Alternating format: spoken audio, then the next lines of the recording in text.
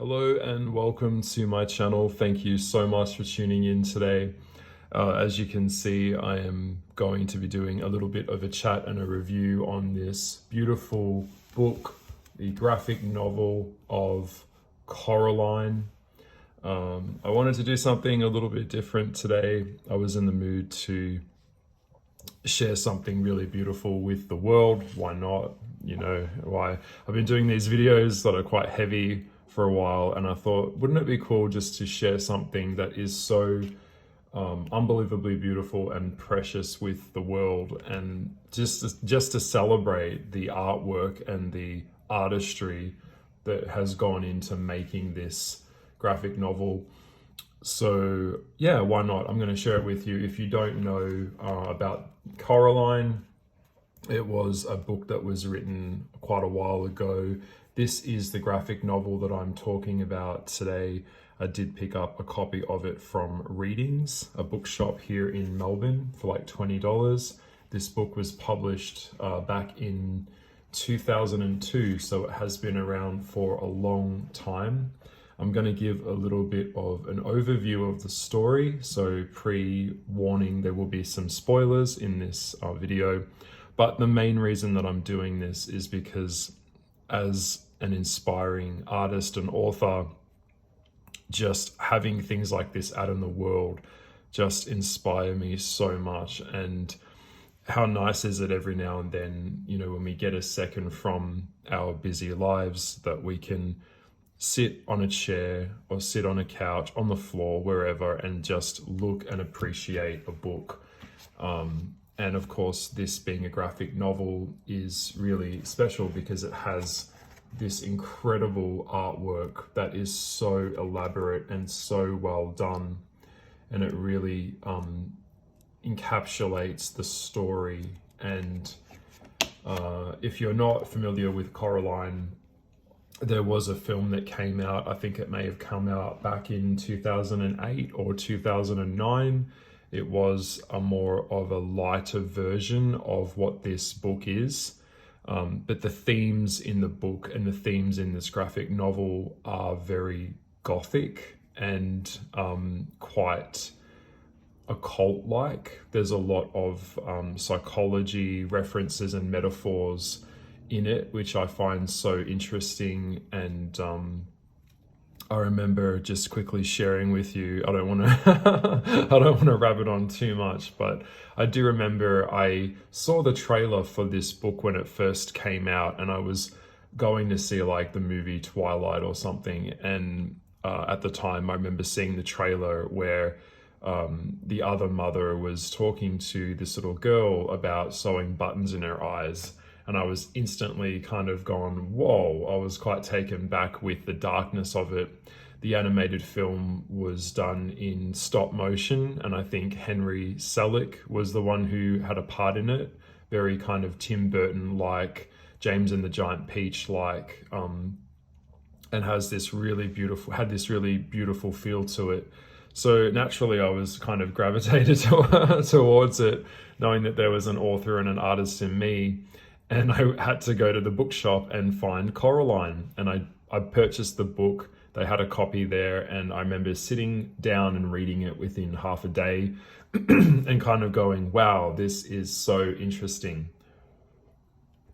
So for those of you that don't know, just a quick overview of it. Coraline is really kind of a coming of age story where we are introduced to this young girl that has moved into like a countryside house. It's like a duplex, and one of the very strong themes in the book is about mirroring, where there's kind of worlds within worlds, where there's doors within doors, underground worlds within worlds.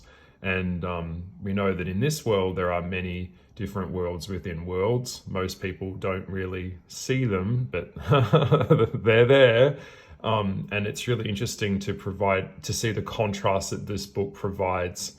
So it's kind of, in the animated film, we saw Coraline was very young and was very childlike. In this adaptation here, we have a more mature and I would say a more even keel and more respectful and interpretation of what the story is. But this graphic novel came out before the animated movie came out. I think the animated film took a long time to make. I think it was like 8 years to get that done. And there is a lot of interviews out there with Neil Gaiman talking about the process of trying to get an animated film like this made. Also, it was a struggle for Neil Gaiman to get Coraline published at the start. He sent out the manuscript to, or the start of the book to a lot of publishers, and they said, no way, this is way too dark, we're not doing this. And of course he never gave up. If you're unfamiliar with Neil Gaiman, I mean, he needs no introduction.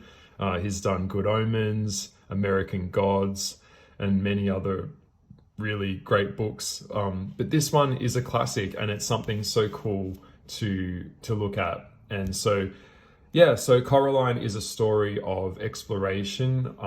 It's kind of like a lot of allegories, like be careful what you wish for. She is really bored. She discovers a door which goes into another house, which is kind of a mirror. A lot of mirroring references are in this story. And she meets the other mother, which is like the ulterior version of the mother that she wishes she had. And it's really interesting how she has to go on this journey and discover herself through basically becoming a hero in her own story, which is a great message. And it's a great, beautiful, story of a young person kind of crossing over into adulthood and stuff like that. So I hope I'm not going to share too much more with you, but yes, she goes through the journey of the story, but I can't get over how unbelievably beautiful this artwork is. And if you're able to get a copy of this book, it was illustrated by P. Craig Russell, and he was is one of the first openly gay authors or illustrators out there. He's very well known for his elaborate work with ink and grey lead and pen and pencil. I believe he's also an author as well. But the thing that impresses me the most, and I'm trying to open up these pages, is that his interpretation of the story that Neil has written is just so well done, and it really transports me into this world. And that's exactly what a book or a graphic novel or an illustrated book is supposed to do. It is combining the power of the text with the artwork to really convey the story. And we see the first page here. I'm just going to walk you through some of it. Is this, we see this kind of house for sale. We see the cat Henry, obviously a pivotal point of one of the characters in the story that kind of guides Coraline through her story.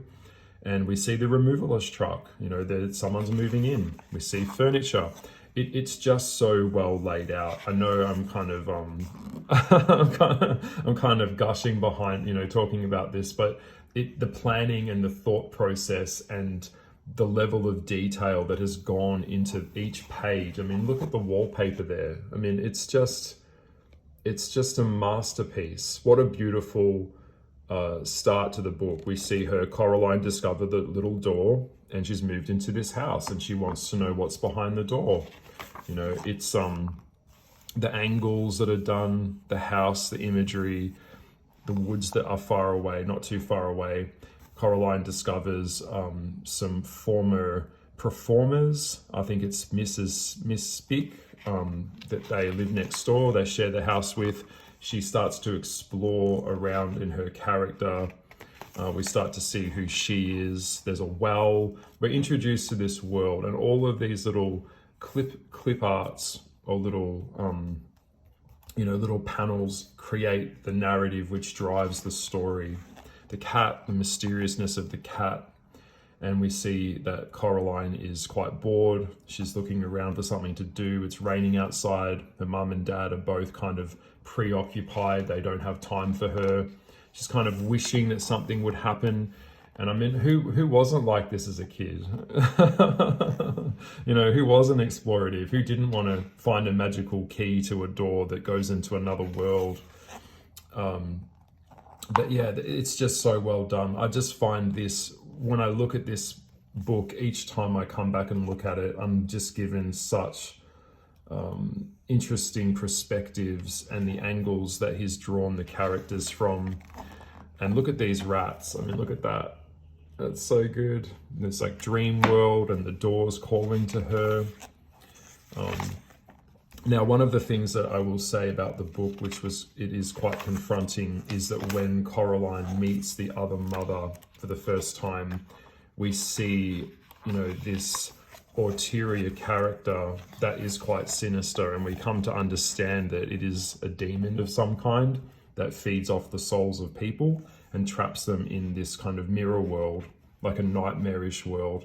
And she's wanting Coraline to come and live with her.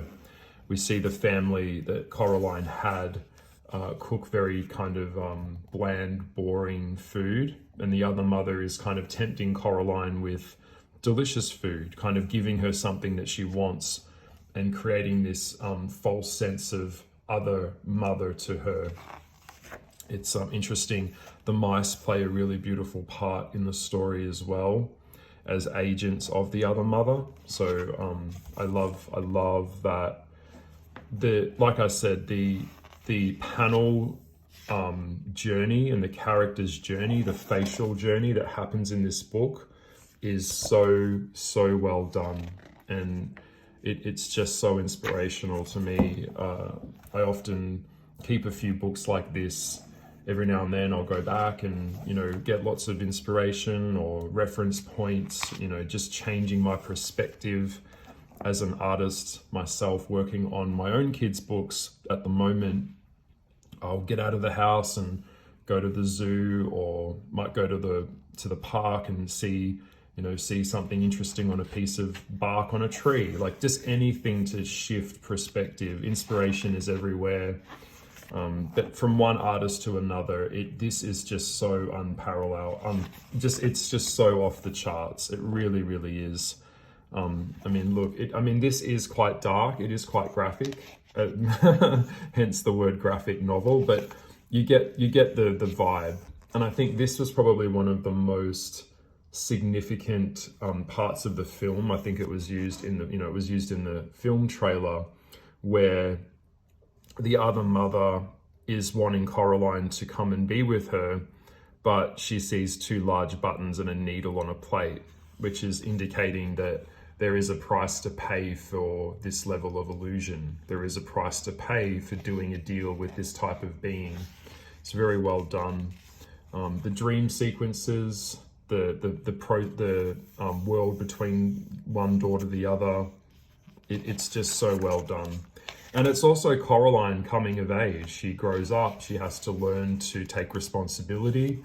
She learns that life is about responsibility, and she has to fight to outwit and outsmart the other mother to get her parents back. And I believe she collects them with marbles, and she finds them in a snow globe. Anything that Neil Gaiman does, the level of imagination and the level of thought that goes into this, it's just incredible. And I think that the artist has really encapsulated the shadow aspect of the story. There's a lot of shadow work going on, lots of like holding a candle and walking into the dark and the black cat. It's very gothic, and some of these panels are quite disturbing, but that's the story. This is a darker story. This is probably more teen literature, I would say, particularly for this adaptation. But if you are I'm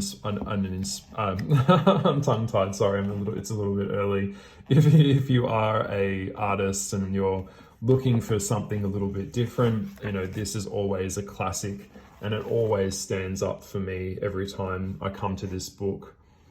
And that's why I just wanted to share it with you. Look at that rat. Look at the look on that rat. It's so good. It's just so good.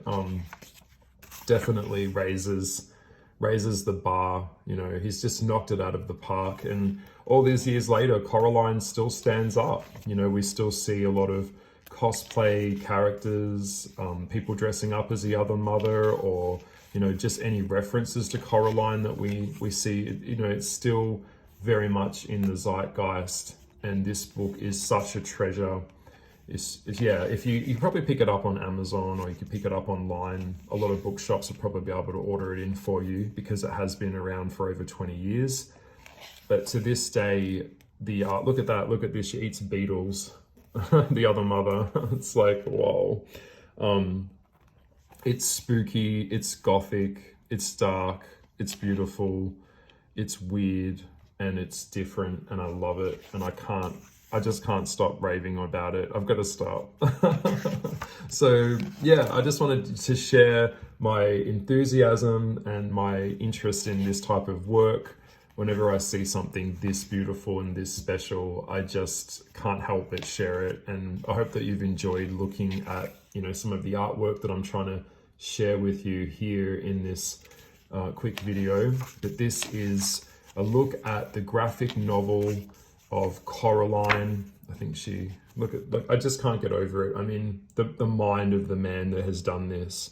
Can we just take a second just to appreciate, you know, the artistry in this? This to me is art. You know, it is storytelling, and it merges so beautifully with the text that Neil has written. So he really understood it and took it into a place that it's just incredible. Even this one here, like the stone with the circle in it, and she can see through it. She puts it in her raincoat. So yeah, go get this book. It's a must-have. I'd probably say probably suited to a bit of an older audience. If you've got a mature kid, then this is one of the main pieces here that was used in the marketing of this graphic novel, I believe. Now you're going to stay here forever and always. The other mother, Coraline, realizing that this is all a trap.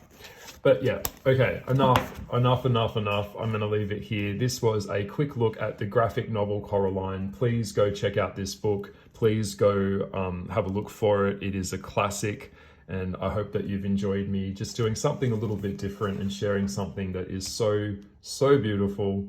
Have a really good day. Please consider subscribing to my channel, and I'll probably will do some more of these in the next coming months as well. I like to kind of break it up on my channel and do something a little bit different. So yeah, Coraline, bye.